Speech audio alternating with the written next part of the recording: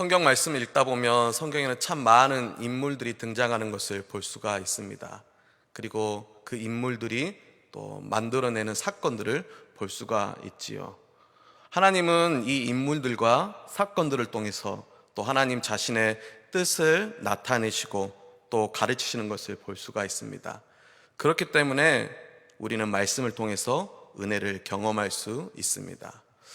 그런데 때로는 우리가 말씀을 읽을 때 은혜보다 마음에 큰 부담감이 있을 때가 있습니다. 말씀을 읽었습니다. 말씀을 읽었는데 은혜가 되지만 또 한편으로는 말씀 가운데 편치 않는 마음이 생길 때가 있다라는 거죠. 그것은 바로 그 말씀을 통해서 큰 찔림이 그 가운데 있다라는 것을 방증하는 것이 아닌가 생각되어집니다. 오늘 레위기 10장 1절로 7절에 주신 말씀을 함께 읽었습니다. 오늘 이 말씀이 저 개인에게 있어서는 은혜가 되지만 또 한편으로는 앞에서 언급했듯이 읽었을 때 마음에 불편함이 있는 것이 사실입니다. 불편함이 있고 또한 부담감이 찾아옵니다. 오늘 말씀에는 두 인물이 등장합니다. 바로 나답과 아비후라는 두 사람입니다.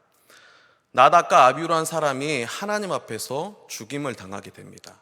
그런데 나답과 아비후가 이스라엘 12지파 중에 그냥 하나의 평범한 히브리인이 아니었습니다.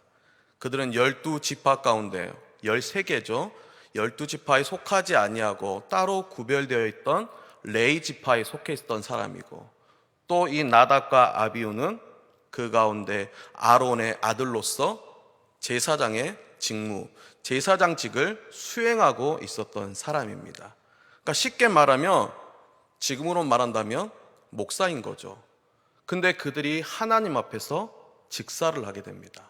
그 자리에서 불이 나와 그들을 죽게 합니다. 너무나도 끔찍한 사건입니다.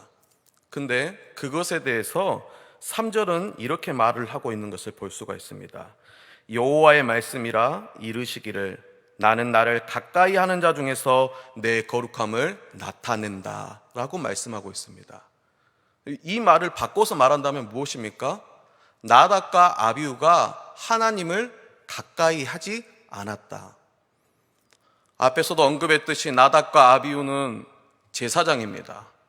성막에서 거하면서 주의 일을 감당했던 자입니다. 하나님과 가까울 수밖에 없었던 사람이었는데, 근데 그들이 하나님과 가까이 하지 않았다라고 주님께서 말씀하고 있다라는 거예요.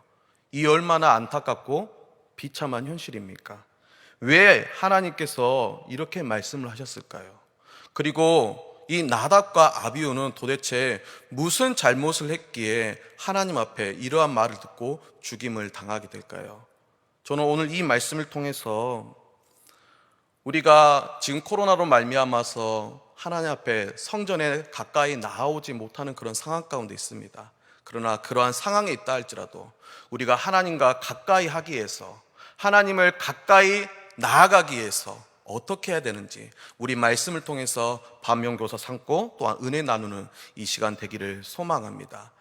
첫 번째로 보게 된다면 우리가 하나님과 가까이 하기 위해서 어떻게 해야 될 것인가? 하나님을 가까이 하는 자는 하나님의 그 거룩함을 분별할 수 있는 자여야 합니다.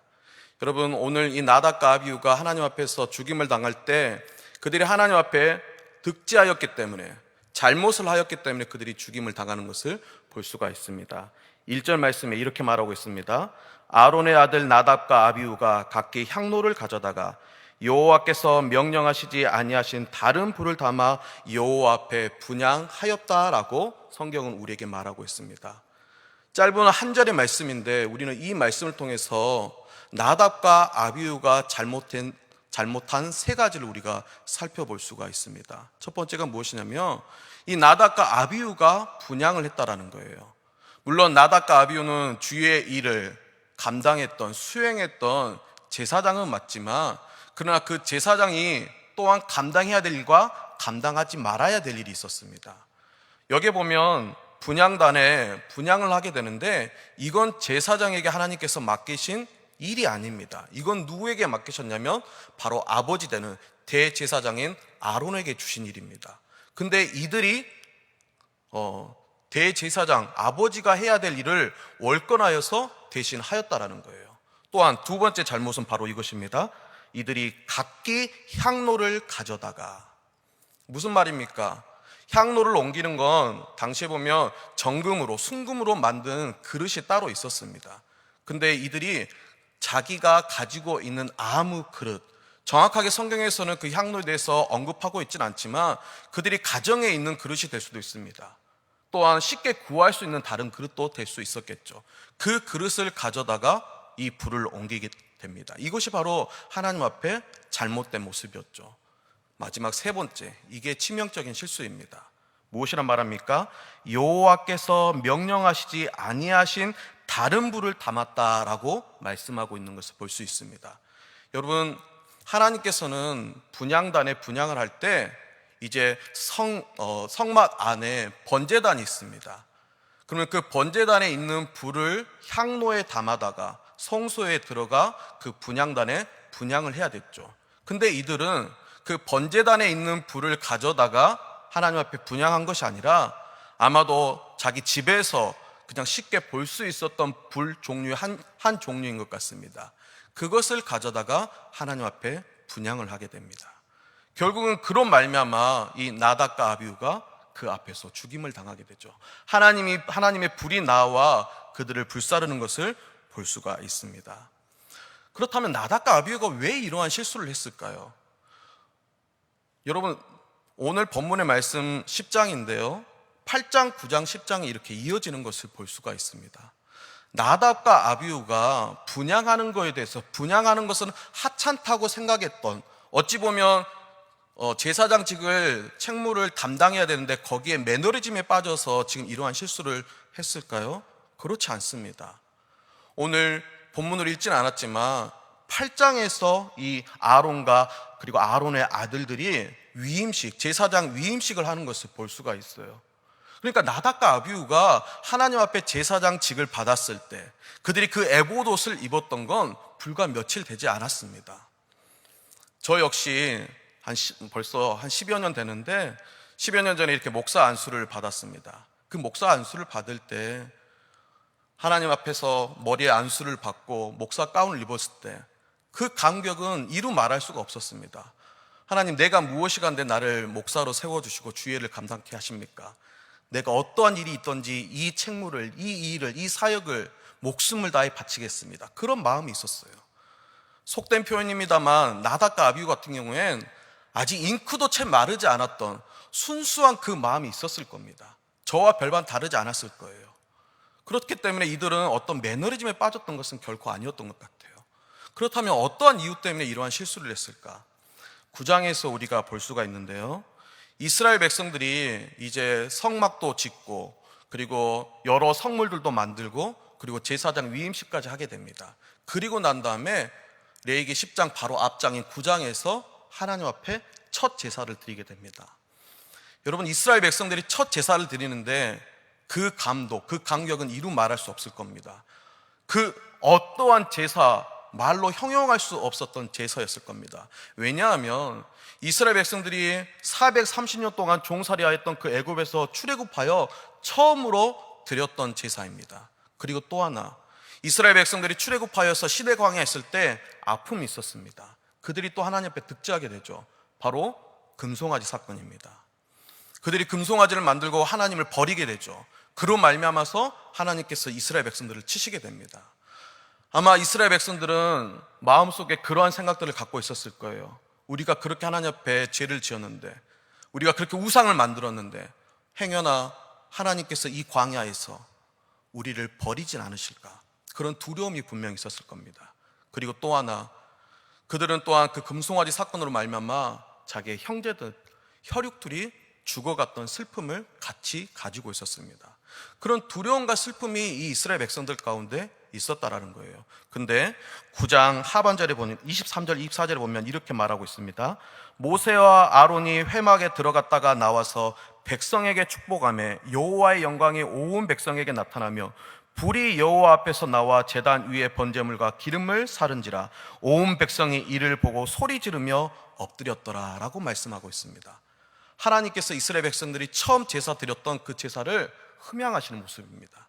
이스라엘 백성들이 그 모습을 보고 환호성을 지릅니다. 기뻐합니다. 두려웠던 것, 그리고 슬펐던 그 모든 것들이 이젠 기쁨과 환희로 바뀌게 됩니다. 여러분, 이러한 순간 이스라엘 백성들이 무엇을 베풀었을까요? 아마도 축제를 벌렸을 겁니다. 축제를. 그리고 축제를 벌렸을 때 빠지지 않고 등장하는 게 무엇이겠습니까? 술이었겠죠. 아마 이들이 술을 그렇게 많이 마셨던 것 같아요. 왜냐하면 10장에서 이제 이후의 말씀을 보게 되면 하나님께서 이렇게 말씀하시는 것을 볼 수가 있어요. 아론과 또한 아론의 아들들에게 주시는 규례입니다. 9절에 보면 이렇게 말해요. 너와 내 자손들이 회막에 들어갈 때에는 포도주나 독주를 마시지 말라. 이 나답과 아비후, 나답과 아비후만 아니라 그 동생들도 똑같았다고 생각되어집니다. 술에 취했던 것 같아요. 근데 이 나답과 아비후, 그 가운데서도 하나님의 성전을 섬겨야 되겠다는 열심은 또한 있었던 것 같습니다. 그래서 그들 나름대로 아버지가 해야 될 일들을 그들이 대신하였고, 그리고 향로를 하나님 앞에 온전히 바쳐졌던 성물 향로를 가져다가 하나님께서 원하시는 그 불을 가지고 분향을 해야 되는데, 그들 나름대로 열심은 있었는데 그 분별을 제대로 하지 못했던 거죠. 술 취함으로 말미암아. 그래서 그들이 하나님 앞에 득죄를 하게 되고 하나님이 그들을 치시는 것을 볼 수 있습니다. 근데 하나님께서 또한 10절에 이렇게 말씀하고 있어요. 그리하여야 너희가 거룩하고 속된 것을 분별한다. 부정하고 정한 것을 분별한다 라고 말씀하고 있는 것을 볼 수가 있습니다. 여러분, 나답과 아비후는 어찌 보면 그 술 취함으로 말미암아서 그 거룩함을 분별하지 못하였습니다. 그 거룩함을 분별하지 못하였기 때문에 결국에는 하나님과 가까이 하지 못하였던 거죠. 근데 여기에서 거룩하고 속된 것을 분별하라고 말하고 있습니다. 여러분, 우리는 거룩과 속된 것이 서로 반대의 개념, 상반의 개념을 가지고 있다는 것을 알 수가 있습니다. 그렇다면 과연 속된 것이 무엇일까요? 거룩함을 알기 이전에 우리가 속된 것을 좀 한번 살펴보기를 원합니다. 히브리 언어를 보게 되면 이 속된 것을 하울이라고 말하고 있습니다. 근데 NIV 영어 성경을 보게 되면요, 이 속된 것을 무엇이라고 표현하고 있냐면 더 카먼이라고 표현하고 있습니다. 카먼이 무엇입니까? 일반적인 것, 흔한 것, 평범한 것. 여러분, 우리는 생각할 때 그 거룩이라는 것이 너무나도 귀하기 때문에, 그래서 그 거룩의 반대의 개념은 추하고 부정하고 더러운 그러한 것들로 생각할 수 있습니다. 근데 성경은 그렇게 말하고 있지 않아요. 성경은 무엇이라고 말하고 있습니까? 그 속된 것은 일반적인 거예요. 여러분, 나답과 아비후가 그렇습니다. 그들이 하나님께서 명령하지 아니한 그 불을 가져다가 하나님 앞에 분향을 하게 됩니다. 그들이 가져간 불, 번제단에 있는 불과 그들이 가져간 불, 화학적으로, 물리적으로 차이가 있었을까요? 아니요. 제가 보기에는 똑같은 불입니다. 여러분, 우리의 인생도 그래요. 우리의 삶이 그렇습니다. 여러분, 하루 24시간, 1년 365일 거룩한 삶을 살고 있습니까? 어떠합니까? 우리의 모습도 세상의 사람들과 별반 그렇게 크게 다르지 않습니다. 똑같이 먹고 자고 또 일하고, 학생들은 똑같이 공부하고 있어요. 그렇다면 그 가운데서 우리가 나타내야 될 거룩한 모습은 무엇이고, 우리가 분별해야 될 그 거룩함이 과연 무엇일까요? 우리는 때로 그거에 대해서 그 거룩함을 너무 작은 의미로 축소할 때가 있습니다. 근데 그렇지 않아요. 여러분, 만약에 우리가 생각하는 그 거룩함의 의미가 말씀을 묵상하고 기도 생활이라면, 우리는 하루 24시간 가운데 그렇게 기도하고 말씀 보고 찬양하는 시간이 얼마나 되겠습니까? 1년 365일을 봤을 때 우리는 채 10%도 되지 않을 겁니다. 그렇다면 나머지의 그 90%는 그저 세상에 속해 있는 우리의 모습인가요? 아니라는 겁니다. 우리가 분별해야 될 그 거룩함의 모습은 바로 그 가운데 우리의 삶의 방향이 어디에 있는지 우리가 그걸 알고 우리가 그걸 기억해야 된다는 사실이죠. 무슨 의미냐면, 아까도 말씀드렸듯이 우리는 세상 사람들과 살아가는 모습들은 비슷합니다. 똑같습니다. 그러나 그 삶의 방향, 목적이 분명히 다르다는 거예요. 우리가 같이 먹고 마신다 할지라도 단순하게 그 건강을 위해서 먹고 마시는 것이 아니라 나에게 주어진 이 식물을 통해서 건강을 얻어 하나님께 영광을 돌리고자 하는 그 모습, 그것이 바로 하나님 앞에 거룩이라는 사실입니다. 여러분, 거룩이라는 것이 어떠한 고귀하고 어려운 것이 아닙니다.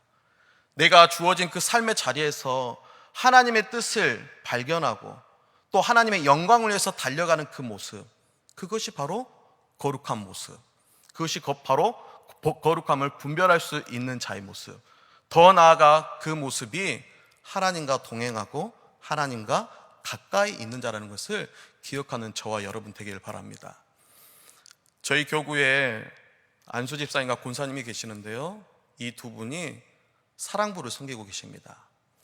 전에 제가 이렇게 신방을 하면서 저는 사랑부 사역을 하지 않았기 때문에 그 두 분을 신방하면서 사랑부 섬기는 게 힘들지 않으시냐고 그렇게 여쭙던 기억이 있습니다.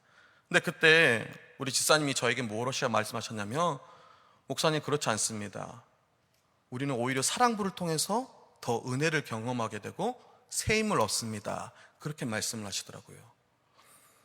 그럴 수 있을까? 저는 막연하게 생각할 때 이렇게 몸에 육신에 연약함이 있는 지체들을 돌보는 것이 너무나도 힘들 거라고 그저 막연하게 생각했습니다. 근데 그 이후에 집사님이 저에게 하셨던 말씀이 있습니다. 무엇이냐면, 목사님, 최소한 그 사랑부 지체들에게 장애는 있을지 모르겠지만, 육신의 장애는 있을지 모르겠지만, 예배드리는 그 순간만큼은 그들이 비장애인이고 내가 장애인임을 느끼게 됩니다. 그 말씀을 하시더라고요. 그래서 집사님, 무슨 말씀인가요? 제가 역으로 다시 질문을 드렸습니다. 사랑부 지체들 찬양을 할 때 100명이면 100명, 100개의 화음이 납니다. 하나도 곡이 맞지 않습니다. 박자도 맞지 않습니다. 근데 그 찬양이 얼마나 은혜가 된지 모른다는 거예요. 그 지체들이 두 손을 들고 찬양합니다. 집사님은 두 손 드는 게 너무 어색하고 다른 사람들이 나를 볼 때 어떻게 바라볼까라는 그러한 생각 때문에 차마 두 손을 들지 못하는데, 그 지체들은 두 손을 들고 하나님을 목청껏 찬양한다는 거예요.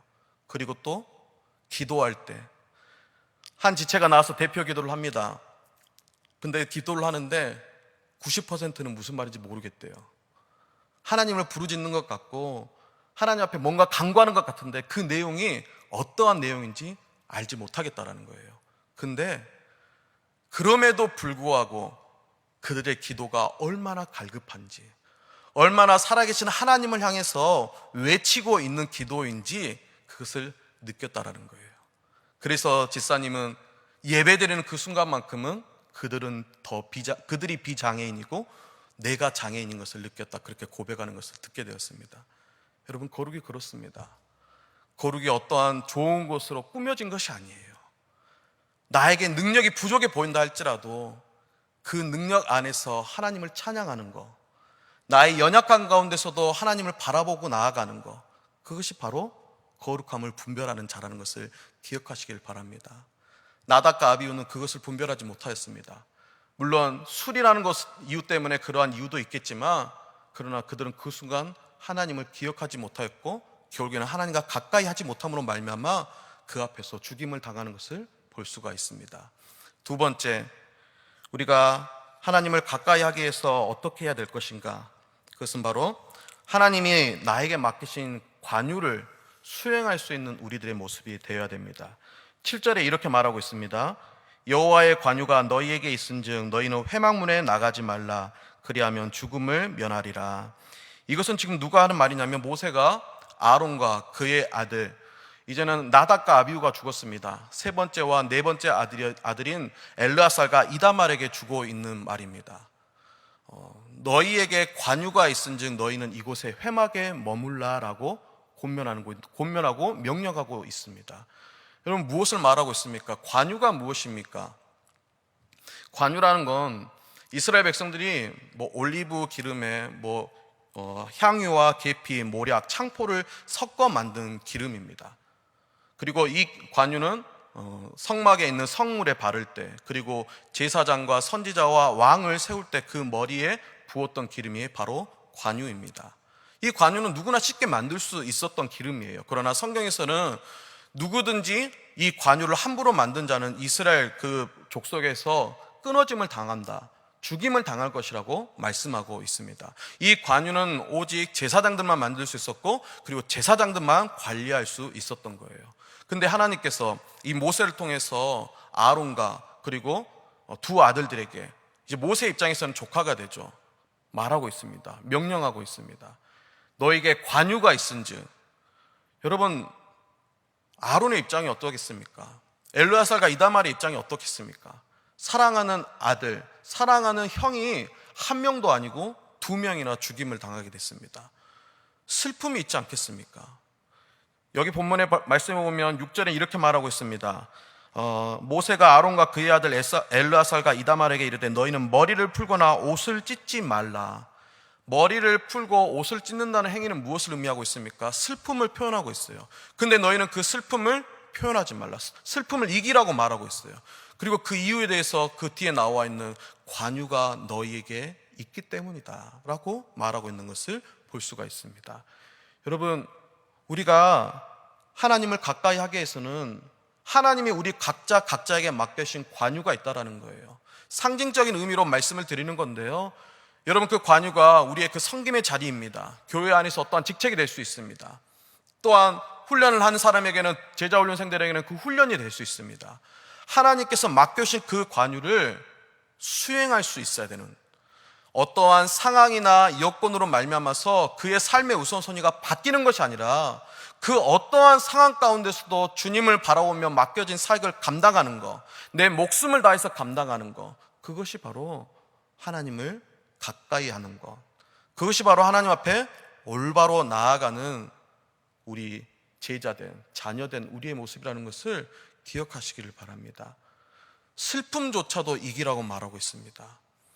다른 누구가 아니라 내 형제가 죽었는데, 내 아들이 죽었는데도 말미하고 그것을 이기라고 말하고 있는 것을 우리가 볼 수가 있어요. 여러분, 코로나로 말미암아서 지금의 우리의 삶의 영역들이 녹록지 않습니다. 때로는 예배 드리러 나아가는 우리들의 모습 가운데 참 예배의 자유를 누리지 못하는 그런 모습들도 분명히 있습니다. 그러나 그러한 삶에 있다 할지라도, 그러한 자리에 있다 할지라도 분명 하나님께서 또한 우리에게 맡겨주신 그 사명들이 있다라는 거예요. 이러한 이유 때문에 그 사명이 내 삶의 우선순위 가운데 뒤로 밀려나는 것이 아니라 그 어떠한 상황 가운데서도 그 일들을 완수하며 하나님께 영광 돌릴 수 있는 우리들의 모습 되기를 바랍니다. 마지막으로 하나님을 가까이 하는 것이, 하나님을 가까이 하는 자가 어떠한 자인지 오늘 본문의 말씀은 나와 있지는 않지만요, 앞에 두 말씀을 제가 뒤집는 표현처럼 들릴지 모르겠습니다. 그러나 여러분, 엄밀히 말하면 우리는 하나님 앞에 가까이 갈 수 없습니다. 그렇죠? 하나님이 우리 가운데 계시기 때문에 우리가 가까이 나아갈 수 있는 거예요. 어린 자녀들을 보면요, 가끔 엄마 아빠 곁을 떠나지 않는 자녀들을 우리가 볼 수가 있습니다. 우리는 그 아이들을 가리켜 엄마 껌딱지, 아빠 껌딱지라고 이렇게 말을 할 때가 있어요. 근데 다시 말씀드리면 그 아이가 엄마 아빠에게 가까이 있는 것이 아니라 엄마 아빠가 그 아이에게 가까이 있기 때문에 그 아이는 엄마 아빠 곁에 있는 것을 볼 수가 있습니다. 무슨 말이냐? 여러분, 우리가 하나님 앞에 가까이 나아가기 위해서는요, 하나님이 언제나 늘 우리와 함께 하심을 믿어야 됩니다. 당연히 믿고 있겠죠. 근데 때로는 우리 삶 가운데 그걸 의심할 때가 참 많이 있는 것 같아요. 여러분, 우리가 이제 이틀 뒤면 성탄절을 보내게 됩니다. 여러분, 성탄의 의미가 무엇입니까? 독생자 예수 그리스도, 하나님 되시는 성자 하나님이 그 육신을 이끌고 이 땅에 오신 것이 바로 성탄입니다. 여러분, 그리고 난 다음에 성경 무엇에 말합니까? 그의 이름을 임마누엘이라 하라. 하나님이 우리와 함께 하신다, 그렇게 말하고 있는 것을 볼 수가 있습니다. 하나님이 우리와 가까이 계시고 함께 하신다는 그 사실을 보여주는 사건이 바로 예수 그리스도, 하나님의 성자 되신 하나님의 성육신 사건입니다. 그리고 또 예수 그리스도가 이 땅에 오셔서 사역했던 모습들을 보십시오. 예수님이 먼저 제자들을 찾아가고요, 예수님이 먼저 죄인들을 찾아가고요, 예수님이 먼저 병든 자와 약한 자를 찾아가고 가까이 하는 것을 볼 수가 있습니다. 삭개오를 봐도 우리가 알 수가 있고요, 수가서 여인을 봐도 우리가 알 수 있습니다.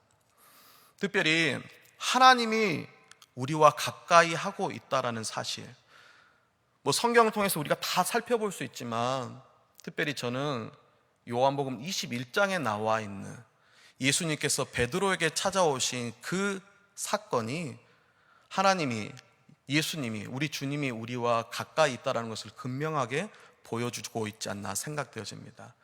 여러분, 요한복음 21장 예수님께서 베드로를 찾아오시는 그 사건을 보시면서 어떠한 생각이 드시나요? 그 예수님의 모습을 보면서 무엇을 느끼시나요? 어떤 분은 그런 생각을 할지도 모르겠습니다. 베드로가 예수님을 모른다고 3번 부인했는데 예수님께서 이 베드로에게 찾아와서 너는 나를 사랑하느냐 3번 질문을 하고 계신다. 와, 우리 예수님 뒤끝 장렬이다. 그렇게 생각할지도 모르겠습니다. 또 어떤 분들은 그렇게 말씀하신 분도 있어요. 그래도 우리 예수님은 인격적이시구나. 왜냐하면 요한복음 21장 15절에 보면 예수님께서 베드로에게 내가 나를 사랑하느냐라고 질문을 하시게 되는데 그 시간대가 언제냐면 조반을 먹은 후입니다. 예수님께서 이 베드로에게, 제자들에게 아침을 차려두시고 그리고 난 다음에 식사를 한 후에 예수님께서 베드로에게 내가 나를 사랑하느냐 그 질문을 하신다는 거예요. 만약에 예수님께서 베드로에게 이 질문을 식사 전이나 아니면 식사하고 있는 중간에 했다면 베드로가 어떻겠습니까? 아마 식사를 못하였거나 먹더라도 체했겠죠. 근데 우리 예수님 혼낼 때는 혼내더라도 먹이고서 혼내시구나 라고 생각하면서 우리 예수님 그래도 인격적이시네 라고 생각할지 모르겠습니다. 저는 요한복음 21장의 말씀을 읽을 때 왜 우리 예수님께서 베드로에게 찾아오셔서 내가 나를 사랑하느냐 질문을 3번을 하셨을까라고 생각을 하게 됩니다. 해봤습니다. 처음에는 그게 잘 이해가 되지 않더라고요. 정말로 베드로가 3번 부인했기 때문에 그것을 상기시켜주기 위해서 그러한 질문을 하셨을까? 근데 사도 요한이 예수님과 이 베드로의 대화를 성경에 이렇게 기록하였는데요, 물론 예수님께서 당시 사용했던 언어는 우리가 알고 있듯이 아람어입니다. 아람어는 사랑이 그렇게 나뉘어 있지 않아요. 우리 한국말에도 보면 그냥 사랑한다 단어 하나가 쓰여 있듯이 그저 아람어에서도 한 단어로 통일되어 있습니다. 근데 이 두 사람의 대화를 헬라어로 옮겨 적었던 사도 요한은 예수님과 이 사도 베드로가 나누었던 그 사랑의 용어를 서로 다른 단어를 쓰고 있습니다. 바로 아가페와 필레오로 쓰고 있죠. 아마 이 사도 요한이 그렇게 다른 단어를 쓴 이유는 두 사람이 서로 대화했던 의미와 의도가 달랐다는 것을 우리에게 보여주고자 다른 단어를 썼다고 생각되어집니다. 여러분, 예수님께서 베드로에게 내가 나를 사랑하느냐 3번의 질문을 하게 되시는데요, 그 질문은 동일한 질문이 아닙니다. 맨 처음에 무엇이라 말씀하십니까? 내가 이 사람들보다 나를 더 사랑하느냐, 그 질문을 하십니다.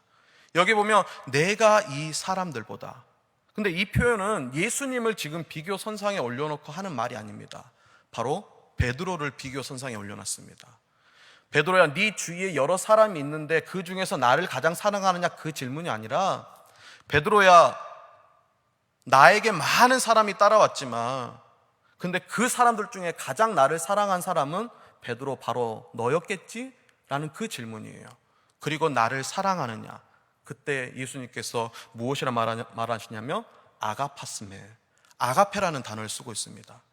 그러니까 아가페는 여러분 알다시피 하나님이 우리를 사랑하시는 그 사랑을 의미하고 있어요. 그러니까 결국에 이 질문이 이겁니다. 베드로야, 그 누구보다도 나를 사랑하는 건 베드로 너겠지? 그리고 베드로야, 내가 너를 사랑하는 만큼 너도 나를 사랑하느냐?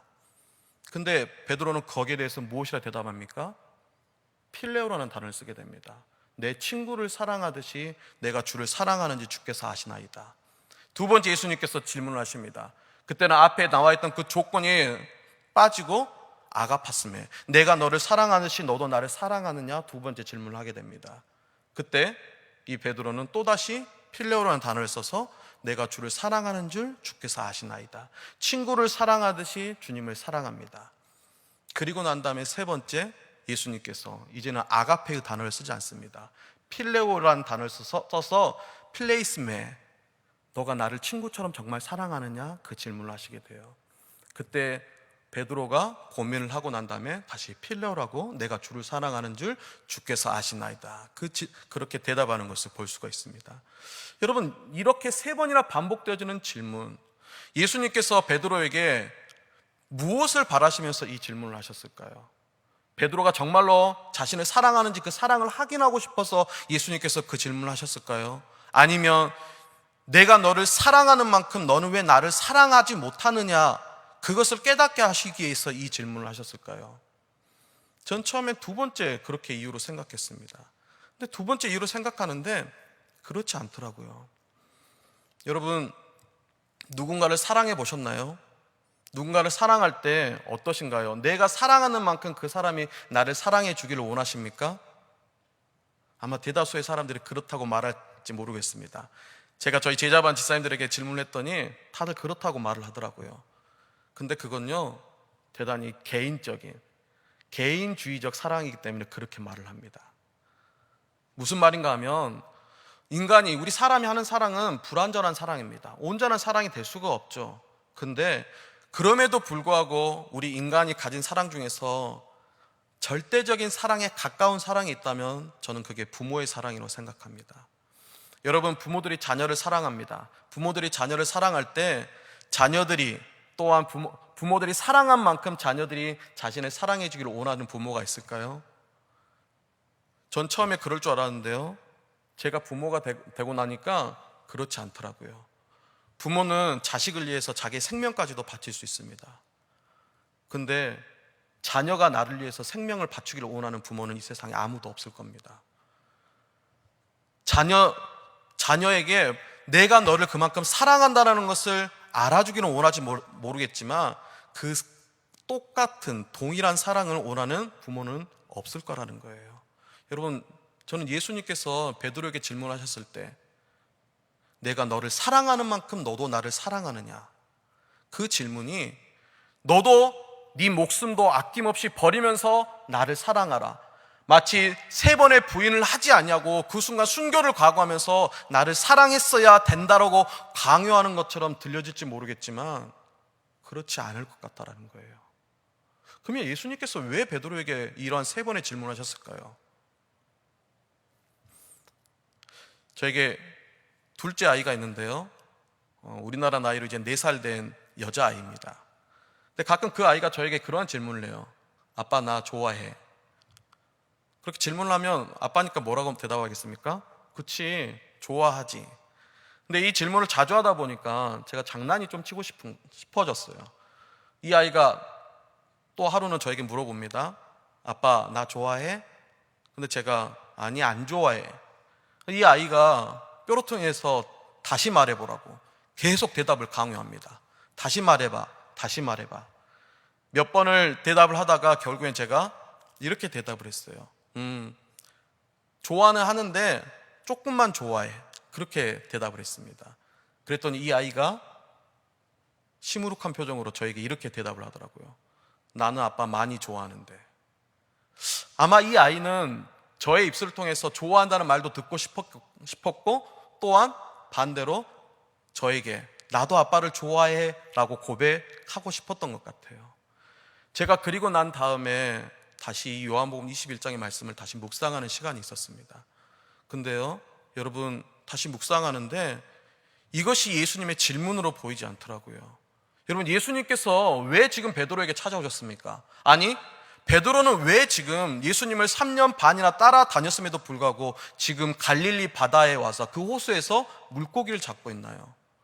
베드로는 예수님을 3번이나 부인했습니다. 그 자신에게도 실망을 했을 거예요. 부활하신 예수님을 만났습니다. 근데 그 앞에 떳떳하게 나아갈 수 없습니다. 아마도 그런 생각도 했을 거예요. 나는 더 이상 하나님의 사랑을, 예수님의 사랑을 받을 수 없을 거야. 근데 그때 예수님께서 찾아오십니다. 그리고 예수님이 내가 나를 사랑하느냐, 사랑하느냐, 사랑하느냐, 서로 다른 질문의 유형이지만 그 질문을 하십니다. 근데 그때 제가 묵상하는데 그게 질문으로 보이지 않더라고요. 예수님께서 베드로에게 이렇게 말씀하십니다. 첫 번째, 두 번째, 세 번째로 질문이 되는 게 아니라 세 번째, 두 번째, 첫 번째로 질문이 아닌 고백으로 다가오더라고요. 베드로야, 너는 나의 친구란다. 나는 너를 사랑한다. 베드로야, 나는 내 목숨을 버리면서까지 너를 사랑한다. 베드로야, 너의 주위에는 여러 사람이 있겠지만 그러나 그 중에서 너를 가장 사랑하는 사람은 바로 나란다. 나는 내 목숨까지도 버리면서 너를 사랑한단다.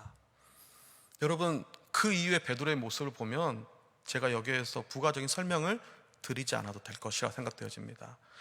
여러분, 베드로가 예수님께 찾아온 것이 아니라요, 예수님께서 베드로에게 찾아오십니다. 여러분, 예수님께 가까이 나아가기 위해서 베드로가 발버둥 쳤던 게 아니라 예수님께서 친히 그 베드로에게, 이제는 더 이상 주님 앞에 설 수 없을 거라 생각했던 베드로에게 나아오시고 그를 만져주시고 만나주시는 것을 볼 수가 있습니다. 여러분, 그게 바로 하나님께서, 우리 주님께서 우리에게, 우리와 가까이 계시다는 것을 분명하게 보여주는 것이에요. 때로는 그렇습니다. 여러분, 제가 지금 여기에 있는데요, 제 앞에 계신 분은 저에게 오기 위해서 그 떨어진 거리만큼 뛰어와야 됩니다. 저 뒤에 계신 성도님이 계시다면 그 이상의 거리를 저에게 다가오기 위해서는 뛰어와야 됩니다. 왜 그렇습니까? 저는 이 자리에 가만히 있기 때문에 그렇죠. 그런데요, 우리 주님은 그렇잖아요. 우리가 있는 그곳에서 때로는 내가 주님과 100m 떨어진 것처럼 느껴질 수 있습니다. 또 어떤 사람은 1km, 10km 그 이상의 거리로 떨어진 것처럼 느껴질 수도 있습니다. 그러나 그 순간 내가 주님을 만나겠다 돌이키는 그 순간, 그 거리를 뛰어올 필요 없이 돌아서는 그 순간 그 앞에 주님이 계신다는 거예요.